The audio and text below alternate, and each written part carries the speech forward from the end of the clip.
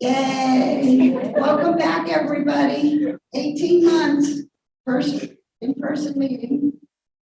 Tonight, I want to say a special welcome to our 2021 interns that are with us tonight, whether it's Zoom or in person. Tonight's program is Antique Roses, Master Gardener Phyllis Kamm, Master Gardener Mandy Richardson, and they both have taken and been in charge of the demonstration rose garden for a while, and they both graduated in the class of 2018. So thank you.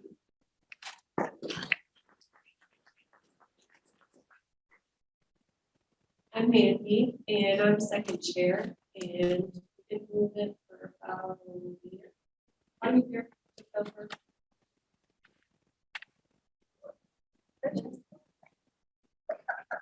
Mandy's shy, like me. So I guess we'll start the program. Slideshow. I'm Phyllis, and You're okay? where do I need to stand? Over this way. Over this way. We got the camera there. So. This is your forward.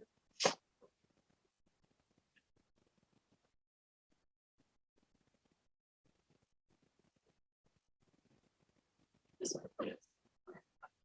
That's for right here. Yeah, I know. I'm used to doing things. Anyway. Hello. I got into antique roses. Is this good? Yeah, you're great. I got into antique roses about 35 years ago when we first bought a house here.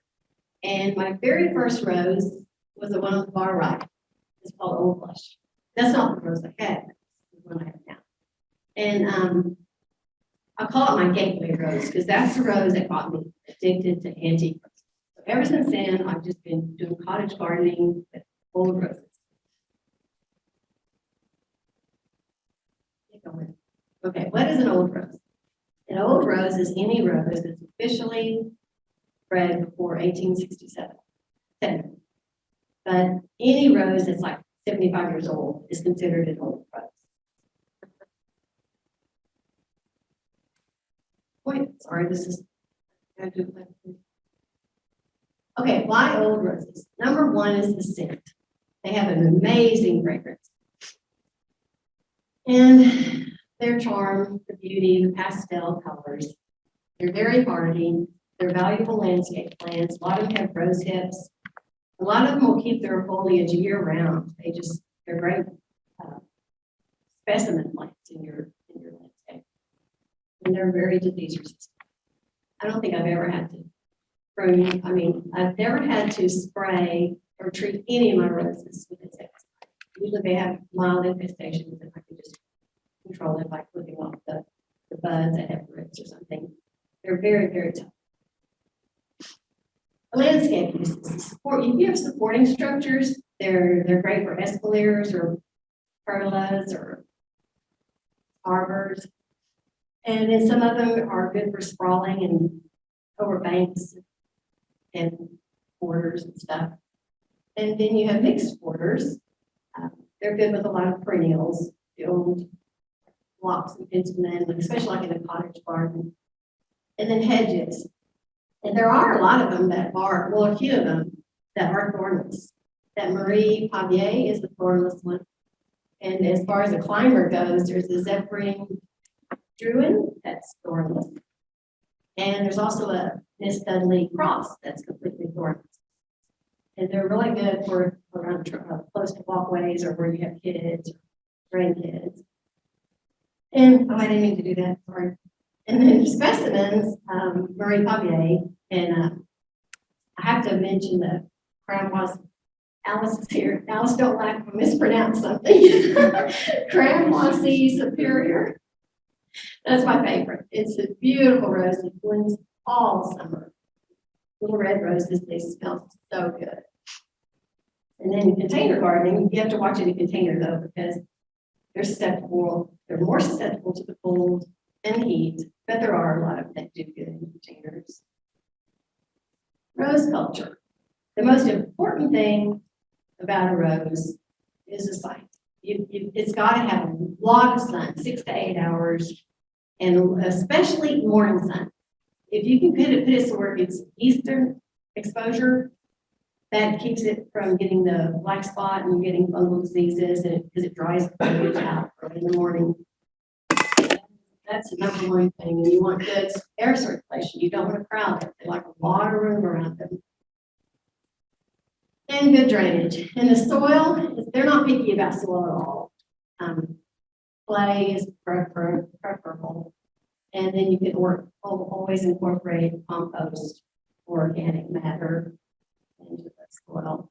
And gypsum is good for heavy alcohol. Planting. And then again, it's got to leave a lot of room for circulation. Good air circulation. You don't want to crowd. And you want to plant in the fall. Best time. 18-inch wide hole, and then when you fill it in, you want to add compost or peat moss or manure, some kind of organic matter to the top layer, about a third of it. Pack it in real good and water it. And you don't ever want to water from above. You want to soak it with a soaker hose. And something I've always done, if it's way out from the house and the hose won't reach it, my husband drills holes in the bottom of the side of a 5-gallon bucket, fill it with water and sit it out there, and it'll slowly water the plant. You know, dry a hose out there. Because they do not like irrigation. Fertilizing. You can get a soil test done. Just Google TAMU soil testing, and they'll take this website.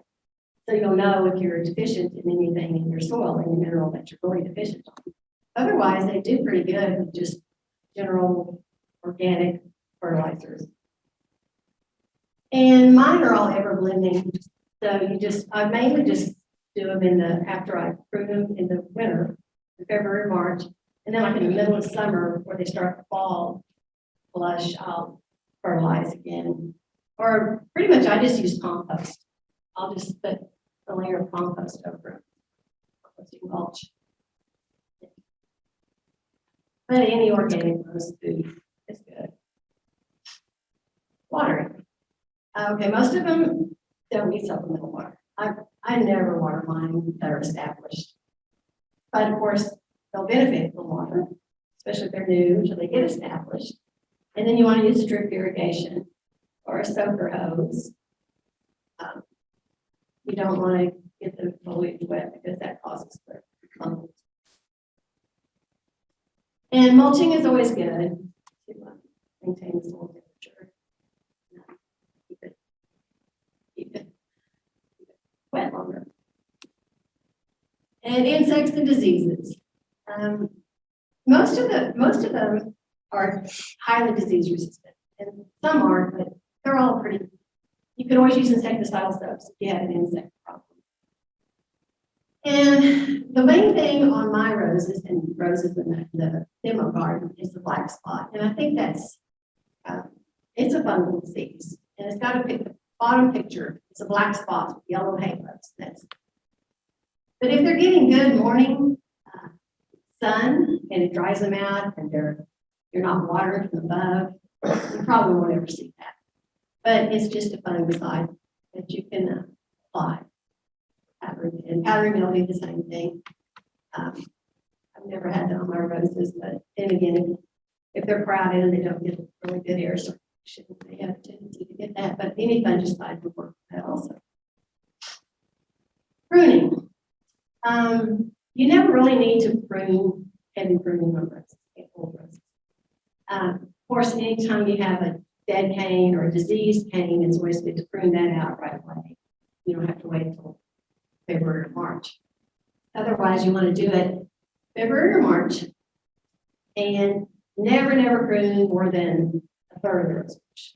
Just unless you really need to shape it or it's gotten too big for its size. And you want to prune it right above where a bud eye is that's going outward, away from the rose bush. And you may want to prune some interior canes if it gets crowded. But they don't require much pruning. And then of course, if they're single bloomers only in the spring, you don't want to prune them until after because they bloom on the old wood. That way they'll, like for those late spring after they bloom. And I said, some of them, like in the middle of August, when everything slows down, you can cut them back a little bit to spent blooms, and that might help encourage the fall show. Because most of the ever blooming, they're gonna have a really good spring show and a really good fall show. And in the summer, they're just kind of sporadic. So that's a good time in August to feed them and cut it back slightly. Cutting flowers. Those flowers are from Mrs. V.R. Kamm. That is an awesome rose bush. It is full of flowers all summer, all summer. It's big, needs a lot of room, and it smells so good. But you want to cut them when the buds are just starting to open, because they will open all the way in water, and they'll last a lot longer. And if you can cut off every couple of days, cut off the very bottom and freshen the water, they'll last. And the smells.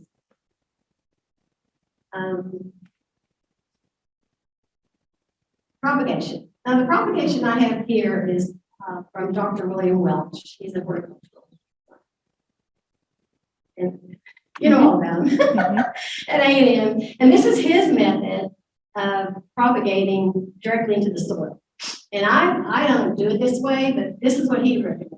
And to take the stem, 6 to 8 inches long, and of a branch that has just bloomed or has the rose hips on it, cut that top off, cut it down to right below a leaf node, about 6 inches, take off the bottom set of leaves, and I want to get ahead of myself. And you want to keep them in water. If you're making these cuttings somewhere, you're going to take them home and pot them up or root them in a day or two. You want to make sure you put them in water immediately. Rooting hormone is always good to use. Put it on a sheet of paper and sprinkle off the excess off the cutting. Put it in a location. This is very important. You don't want them in full sun. Every time you're trying to propagate roses, you don't want them to get full sun. You want them in a bright spot. So if you're doing it outside of your house, or do it on the north or east side, and then fill the soil with peat moss, compost, organic matter, and use a pencil to punch a hole, put the cutting in so you don't push away all that rooting hormone from the bottom of your rose. And then you want to keep them moist, and a jar over the cuttings will keep the humidity high. But you have to make sure you don't get too hot, because it can get really hot on summer days, winter days here, fall. So you want to make sure you take off that jar if it gets really hot, and then put it back on the next day. But the way I propagate, you can also do it with pots, or like styrofoam coffee cups, and just use a potting mix, and I mix vermiculite in it, like a third, and I'll do the same thing, get the cutting and put it in there, and you put a baggie over it. And use a couple straws to hold the baggie up off the cutting. And it roots like within a week or two, well, maybe 2 or 3 weeks, depending on the variety. And some of them are really easy to propagate. Some I've never had to propagate. So it all depends on the variety of roses also. How easy it is to propagate. And there's my references. The Antique Roses for the South is a great book by William Welch, Roses in the Southern Garden. He owns the Antique Rose Emporium. That's where I got almost all my roses. And that's it. Great.